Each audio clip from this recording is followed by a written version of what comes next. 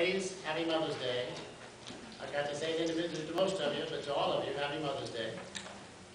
There ought to be a happy Mother's Year, quite frankly, with all the work that you do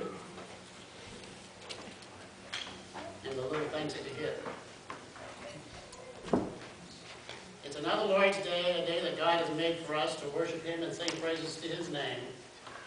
Let us always try to continue with every day that He gives us to give Him glory and not seek self-glory.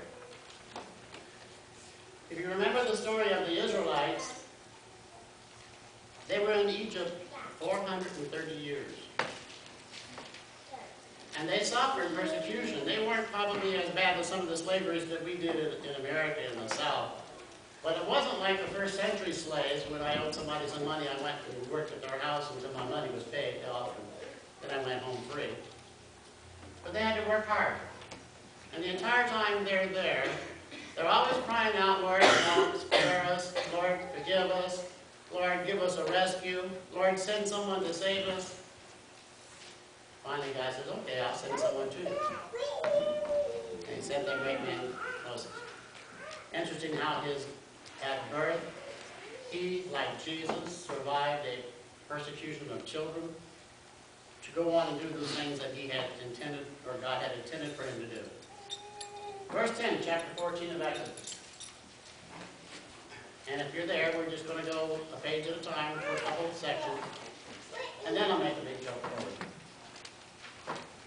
If you remember the story, finally on the last plague, Pharaoh said, okay, take your people out of here. And the people that lived there who had lost their firstborn were so thrilled that they were leaving, they gave them their jewelry. They gave them their gold, their silver. And if they should ask, they were given even more. Please take whatever I've got, just get out of here. We don't want you here anymore. We understand your God is more powerful for us. Having witnessed that firsthand, you ought to have thought it would have sunk. You ought to have thought it would have sunk. Verse 10. Now when Pharaoh drew near, the children of Israel lifted up their eyes, and behold, the Egyptians marched after them. And so they were very afraid. And the children of Israel cried out to the Lord. Then they said to Moses, because there are no graves in Egypt, you have taken us away to die in the wilderness? Why have you dealt so with us to bring us up out of Egypt? Is this not the word that we told you in Egypt, saying, let us alone, we may serve the Egyptians? For if we had been better for us to serve the Egyptians than that we should die in the wilderness. Dear Lord, rescue us from all this troubles, and rescue us and take us somewhere and give us a house. Give us a few olive trees, a few sheep, maybe even a few chickens. So I sent you a rescuer, and what do? After all these plagues that you've witnessed, after you were marched out of the city and given freedom, here they come after you and you become afraid. What'd you do, Moses? Lead us out here to die? Aren't there any graves in Egypt that we could have been buried in? We told you to leave us alone. Too many people today in Christianity want to be left alone. Too many people in denominations, in the church, in no church whatsoever, they want to be left alone. They want to do what they want to do when they want to do it. If not, if you don't believe me, just raise some children. They want to do what they want to do when they want to do it. Little boys go outside and they play outside so long and so hard and so furious. So sometimes they have a little accident because they can't get inside fast enough. But I want to do what I want to do when I want to do it. Turn down with me to 15. Chapter 15. And go to verse 22.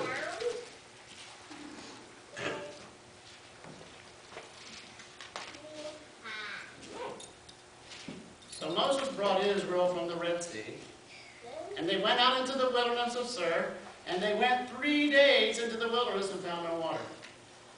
Now when they came to Marah, they could not drink the waters of Marah because the waters were bitter. Therefore the name of it is called Marah, which means bitter. And the people murmured against Moses, saying, what shall we drink? Well, Moses took it to the Lord. The Lord said, put this tree in the water, it'll become sweet, and it did. But again, you've seen all these miracles, you cried for deliverance, you got deliverance, you got out of Egypt, and you started marching along, you saw Pharaoh was after you, and you got scared. What did you just bring us out here to die? 3 days into the wilderness, and I'm thirsty. Where's my water? What kind of a leader have we got going for us? You can't even give me water when I want it. I want my canteen full and I want it now. Travel down to verse 2 and 3 of chapter 16.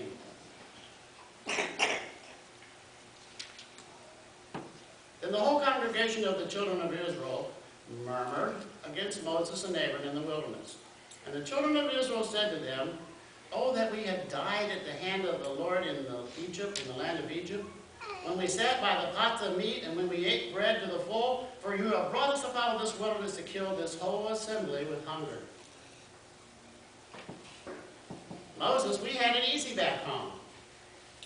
And we didn't have the best food, but we had meat and we had bread. When we wanted it, it was there. What are you giving us out here? We got to stop and bug you to get some water. No appreciation, Moses. What are you doing with us? You're going to bring us out here to starve? You're going to take us out here where there's plenty of graves? Chapter 17. 3 and 4.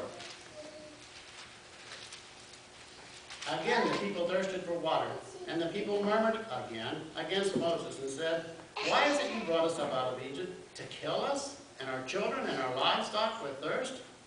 Moses cried out to the Lord, saying, "What shall I do with this people? They all are ready to stone me." They weren't happy. Don't you think at some point in time that Moses would have looked at God and said, "You know, maybe I should have left him there"? I don't know about you, but I would have. I know it takes a strong man to be a preacher. I've gotten older and I've gotten a lot softer. And I know I wear my heart right out here on my sleeve. So if anybody comes by and bumps me the wrong way, it hurts. I can't help it. That's who I am. Moses had to have more guts than I would have ever had. Yes, by faith he did what the Lord told him to do. But the Lord didn't say that people are going to murmur against you all along the way. Every time you turn around, they're going to complain. Every time they turn around, they're going to complain. In Exodus 23 and verse 11.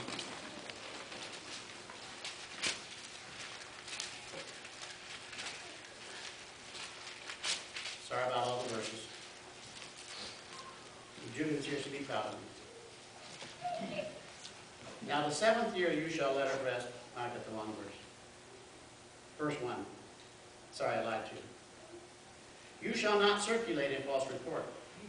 Do not put your hand with the wicked to do an unrighteous as an unrighteous witness. You shall not follow a crowd to do evil, nor shall you testify in a dispute so as to turn aside after many to pervert justice. You shall show no partiality to the poor in a dispute, and if you meet your enemy's ox and his donkey gone astray, you shall surely bring it back to him again. Now the men sat down. I wasn't there. I had some aches and pains, getting old, tried to do too much, thought I was 13 again or something, I don't know. And whacked up a bunch of trees and couldn't move the next 3 days. But the men sat down, they've got a program going on, and they've kind of got a schedule going on for June, July, and part of August. And they've worked hard at it. Now whether that was a majority of the men or all of the men unanimous, I don't know and I don't care. I just know it survived the men's meeting. And I know it's about to be produced and shown to you what the future has in store for this church, what we think, what they think. We need to do. Oh, Lord, you gave us Don, and you gave us Vern, and Mike, and Steve, and Mark, and look at us, they're leading us astray out here to die in the wilderness. They leave us astray and don't give us anything to drink. They're trying to provide for you. And it's really not our job to sit and complain about it.